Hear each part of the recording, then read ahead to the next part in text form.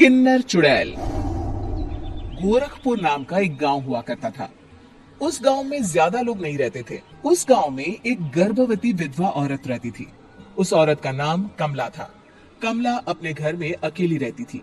उसके पति की सारी जायदाद उसके नाम हो गई थी, पर सभी गांव वाले उस औरत को मनहूस औरत समझा करते थे और सभी उससे नफरत किया करते थे। एक बार कमला राशन की दुकान पर खाने का सामान खरीदने जाती है। भैया जी, जरा 1 किलो दाल चावल देना। अरे हाय हाय हाय हाय हाय हाय। अरे मनहूस औरत, मेरी दुकान में अपशुगन करवाने आ गई क्या है? चल जा यहाँ से, मैं कुछ नहीं देने वाला हूँ तुझे। भाग भाग यहाँ से, चल जा निकल। भैया जी, ऐसा मत कहिए, मैं गर्भवती हूँ, मुझे खाने की बहुत जरूरत है, मुझे खाना दे दीजिए।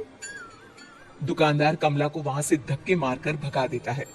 तभी कमला रोते रोते उस गांव के किन्नरों के इलाके में आ जाती है। गांव वाले किन्नरों को उसी इलाके में रखा करते थे, क्योंकि वो लोग किन्नरों को पसंद नहीं करते थे और उनके इलाके में रहने से मना करते थे। तो किन्नरों ने उसी गांव में अपना एक इलाका बना लिया था। जब किन्नर लोग देखते हैं कि एक गर्भवती महिला रोते रोते उनके इलाके में आ गई है, तो सारे किन्नर कमला के पास जाकर उसका हाल पूछने लगते हैं।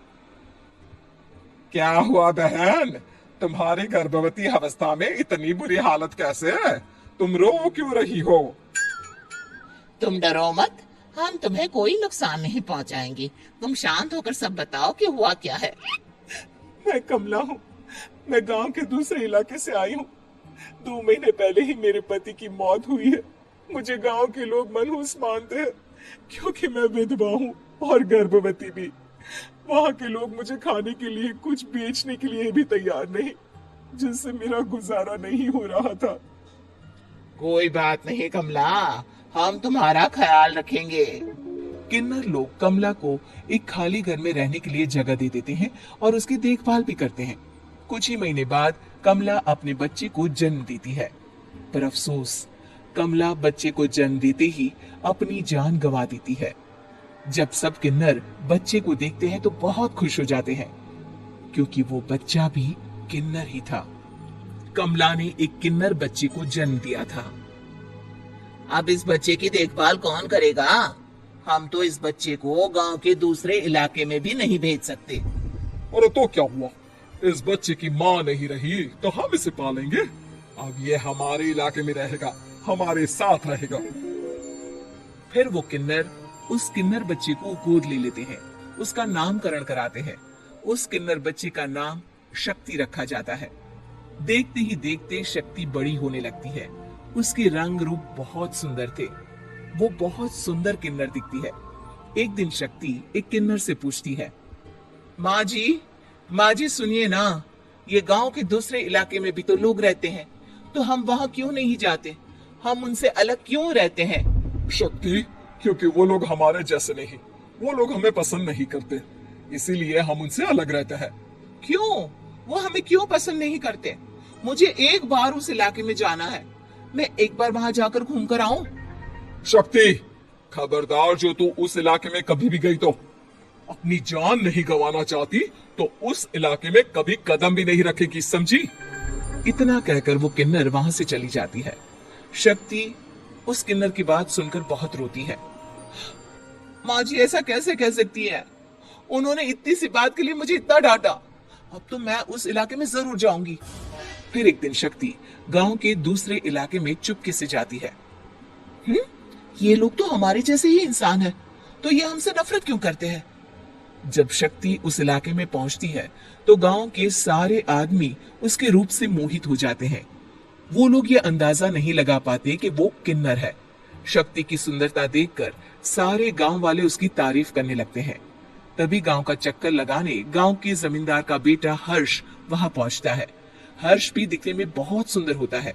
जब हर्ष ने शक्ति को देखा तो वो भी उससे मोहित हो गया, और जब शक्ति की नजर हर्ष पर पड़ी तो वो हर्ष को देखकर मोहित हो गई।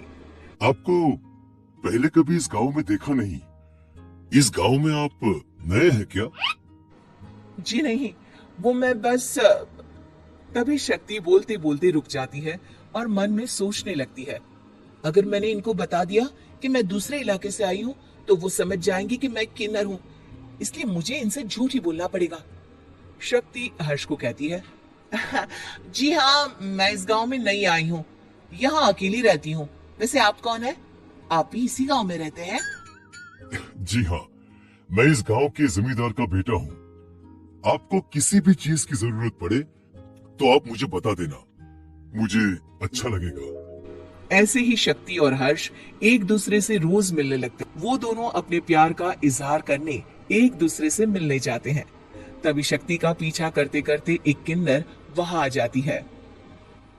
शक्ति, शक्ति, मैं तुमसे बहुत प्यार करता हूँ। मैं तुमसे शादी करना चाहता हूँ। क्या तुम मुझसे शादी करोगी? हाँ हर्ष, मैं तुमसे शादी करूंगी, पर मैं तुमको अपने बारे में एक सच्चाई बताना चाहती हूँ जो मैंने तुमसे छुपा कर रखी है। तभी उनके बीच में ही वो किन्नर आ जाती है। शक्ति, तेरी हिम्मत कैसे हुई ऐसा करने की? वो किन्नर शक्ति को खींचकर गांव के जमींदार के पास ले जाती है। हर्ष भी वहां शक्ति को बचाने के लिए पहुंच जाता है। जमींदार शक्ति और हर्ष के प्यार के बारे में सुनकर गुस्से में आ जाता है और शक्ति को गांव के बाहर निकालने की सजा देता है। शक्ति ये बात सहन नहीं कर पाती और कुएं में कूदकर अपनी जान दे देती है। जमींदार हर्ष की शादी गांव की एक लड़की से करवा देता है, पर हर्ष इस शादी से खुश नहीं होता। शक्ति अपना बदला लेने के लिए मरने के बाद किन्नर चुड़ैल बन जाती है। अब मैं इन गांव वालों को नहीं छोड़ूंगी, अब इनसे मैं अपने प्यार का बदला लूंगी। किन्नर चुड़ैल गांव वालों को परेशान करना शुरू कर देती है। एक बार वो रात को गांव के खेतों में पहुंच जाती है और वहां आग लगा देती है।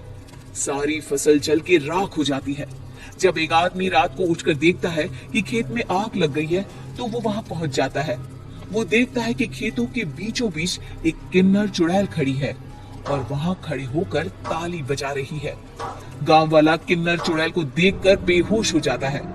जब सुबह उस आदमी को होश आता है तो वो सीधा जमींदार के पास जाता है। अरे जमींदार साहब, अरे वो किन्नर चुड़ैल ने मेरी सारी फसल चला दी। अब मैं क्या करूंगा? क्या होगा मेरा? जमींदार चुड़ैल किन्नर का नाम सुनते ही सब कुछ समझ जाता है। अब वो बहुत डर जाता है। उसी रात को जब जमींदार डर के मारे अपने कमरे में सो नहीं पाता, तभी वहां अचानक से किन्नर चुड़ैल आ जाती है। किन्नर चुड़ैल जोर जोर से जमींदार के आगे खड़ी होकर हंसने लगती है और ताली बजाने लगती है। जमींदार उस डरावनी किन्नर चुड़ैल को देखकर बहुत डर जाता है। तूने मेरे साथ बहुत बुरा किया, अब मैं तुझे जान से मार दूंगी। नहीं नहीं नहीं नहीं, मुझे माफ कर दो, मुझे मत मारो। मैं कभी ऐसा दोबारा नहीं करूंगा। अब तुम जो बोलोगी वही मैं करूंगा। ठीक है, मैं चाहती हूँ कि किन्नर इलाका गांव के इलाके से जुड़े और गांव का कोई भी आदमी किन्नर समाज से द्वेष ना करे, उससे नफरत ना करे, नहीं तो मैं सारे गांव को मार दूंगी। और तुम गांव में एक नया कानून बनाओ कि अगर किसी ने भी किन्नर समाज को हानि पहुंचाने की कोशिश भी करी या इनसे भेदभाव करने की भी कोशिश करी, तो उनको कड़ी से कड़ी सजा मिलेगी। हाँ हाँ हाँ हाँ, मैं ऐसा ही करूंगा। तुम जो बोलोगी वो मैं करूंगा, पर मुझे जाने दो प्लीज। तब वो किन्नर चुड़ैल वहां से चली जाती है।